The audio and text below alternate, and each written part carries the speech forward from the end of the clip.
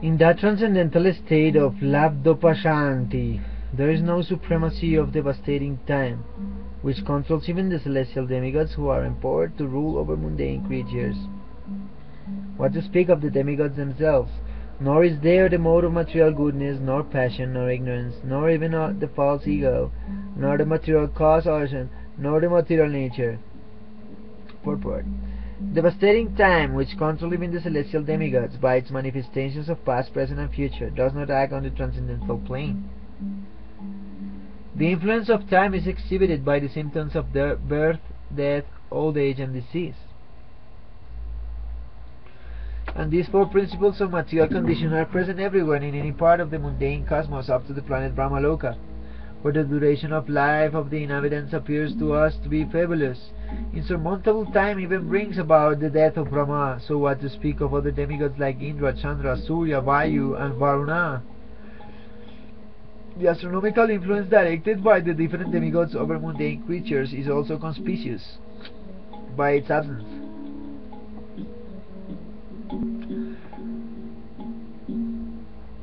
In material existence, the living entities are afraid of satanic influence, but for a devotee on the transcendental plane, there is no such fear at all. The living entities change their material bodies in different shapes and forms under the influence of the different modes of material nature, but in the transcendental state, the devotee is gunatita, or above the material modes of goodness, passion, and ignorance. Thus, the false ego of I am the Lord of all I survey does not arise there. In the material world, the false ego of the living being trying to lord it over the material nature is something like the moths falling in a blazing fire. The moth is captivated by the glaring beauty of the fire, and when he comes to enjoy it, the blazing fire consumes him. In the transcendental state, the living being is pure in his consciousness, and as such he has no false ego to lord it over the material nature. Rather, his pure consciousness directs him to surrender unto the Supreme Lord, as stated in the Bhagavad Gita 7.19. Vasudeva Sarvamiti Samahatma Sudurlabha. All this indicates that in the transcendental state there is neither material creation nor the causal ocean for material nature. The above mentioned state of affairs is factual on the transcendental plane, but is factually revealed in a transcendentalist knowledge of the advanced state of pure consciousness. Such transcendentalists are of two types, namely the impersonalists and the devotees. For the impersonalists, the ultimate goal of destination is the Brahmayoti of the spiritual sky, but for the devotees, the ultimate goal is the Vaikuntha planets. The devotees experience the above-mentioned state of affairs by attainment of spiritual forms for activity in the transcendental loving service of the Lord. But the impersonalist, because of his neglecting the association of the Lord, does not develop a spiritual body for spiritual activity, but remains a spiritual spark only, merged in the effulgent spiritual rays of the Supreme Personality of Godhead. The Lord is the full-fledged form of eternity, bliss, and knowledge, but the formless Brahmayoti is simply eternity and knowledge. The Vaikuntha planets are also forms of eternity, bliss, and knowledge, and therefore the devotees of the Lord who are admitted into the abode of the Lord also get bodies of eternity, bliss, and knowledge. As such, there is no difference between one another. The Lord's abode, name, fame, and thoughts, etc. are of the same transcendental quality, and how this transcendental quality differs from the material world is explained here within this verse. In the Bhagavad Gita, three principal subjects have been explained by Lord Sri Krishna, namely Karma Yoga, Jnana Yoga, and Bhakti Yoga, but one can reach the Vaikuntha planets by the practice of Bhakti Yoga only. The other two are incompetent in helping one reach the Vaikuntha Lokas, although they can, however, conveniently take one to the effulgent Brahmayoti as described above. Param param Vaishnavam Atmanantita Jalneti Netiti Uta Driskrapa Visrija Dauratman Nananya Surja Uritpan Guyarga Param Pari Pari. Transcendentalists desire to avoid everything godless, for they know that supreme situation in which everything is related with the Supreme Lord Vishnu. Therefore a pure devotee who is in absolute harmony with the Lord does not create perplexities but worships the lotus feet of the Lord at every moment, taking them into his heart.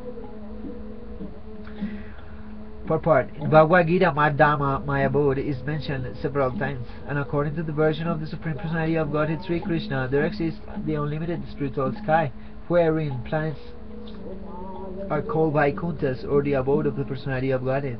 In that sky, which is far, far beyond the material sky, and its sevenfold coverings, there is no need of the sun, the moon, nor is there necessity of electricity for illumination, because these planets are self-illuminating and more brilliant than the material suns.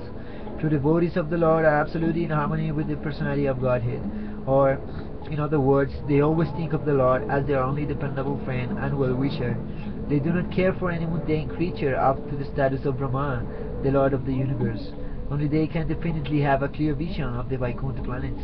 Such pure devotees, being perfectly directed by the Supreme Lord, do not create any artificial perplexity in the matter of transcendental understanding by wasting time in discussing what is Brahman and what is not Brahman or Maya, nor do they falsely think of themselves as one with the Lord, or argue that there is no existence of the Lord separately, or that there is no God at all, or that living beings are themselves God, or that when God incarnates himself he assumes a material body, nor do they concern themselves with many obscure speculative theories, which are in actuality so many stumbling blocks on the path of transcendental understanding.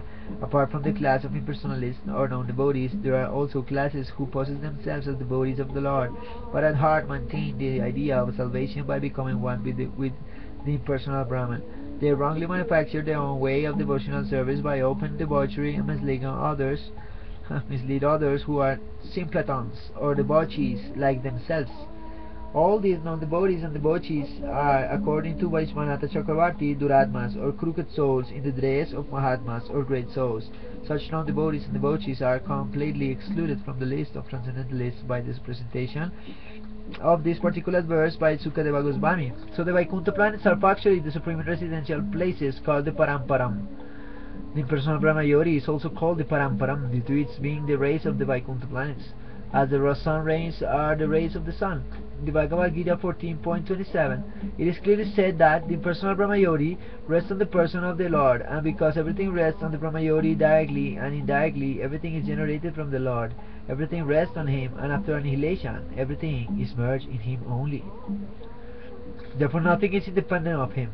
A pure devotee of our Lord no longer wastes valuable time in discriminating Brahman from non-Brahman, because he knows perfectly well that the Lord Param-Brahman, by his Brahman energy, is interwoven in everything, and thus everything is looked upon by a devotee as the property of the Lord. The devotee tries to engage everything in his service and does not create perplexities by falsely lording it over the creation of the Lord. He is so faithful that he engages himself as well as everything else in the transcendental loving service of the Lord. In everything the devotee sees the Lord, and he sees everything in the Lord. The specific disturbance created by a Duratma or crooked soul is due to his maintaining that the transcendental form of the Lord is something material.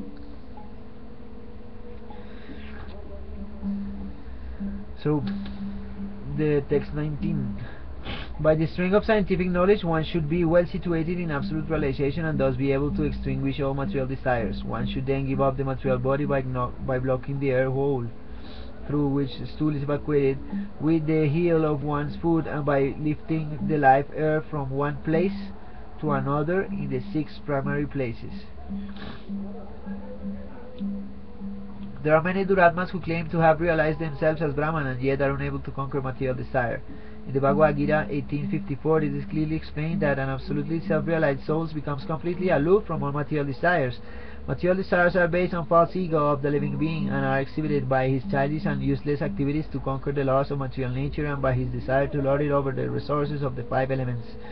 With such a mentality, one is led to believe in the strength of material science with its discovery of atomic energy and space travel by mechanical vehicles, and by such tiny advancements in material science, the false egoist tries to challenge even the strength of the Supreme Lord, who can finish all man's tiny endeavors in less than a second. The well-situated self, or Brahman's realized soul, perfectly understands that the Supreme Brahman, or the Supreme Personality of Godhead, is the all-powerful Vasudeva, and that he, the self-realized living being, is a part and parcel of the Supreme Whole, As such, his constitutional position is to cooperate with him in all respects in the transcendental relation of the serf and the servitor. Such a self-realized soul ceases to exhibit his useless activities of attempting to lord it over material nature. Being scientifically well informed, he fully engages himself in faithful devotion to the Lord. The expert yogi who has thoroughly practiced the control of the life by the prescribed method of the yoga system is advised to quit the body as follows. He should plug up the evacuating hole with the heel of the foot and then progressively move the live air on to 6 places: the navel, abdomen, heart, chest, palate, eyebrows, and cerebral pit. Controlling the live air by the prescribed yogi processes is mechanical, and the practice is more or less a physical endeavor for spiritual perfection. In olden days, such practice was very common for the transcendentalists, for the mode of life and character in those days were favorable. But in modern days, when the influence of Kali age is so disturbing, practically everyone is untrained in this art of bodily exercise. Concentration of the mind is more easily attained in these days by the chanting of the holy name of the Lord. The results are more effective than those derived from the inner exercises of the live air.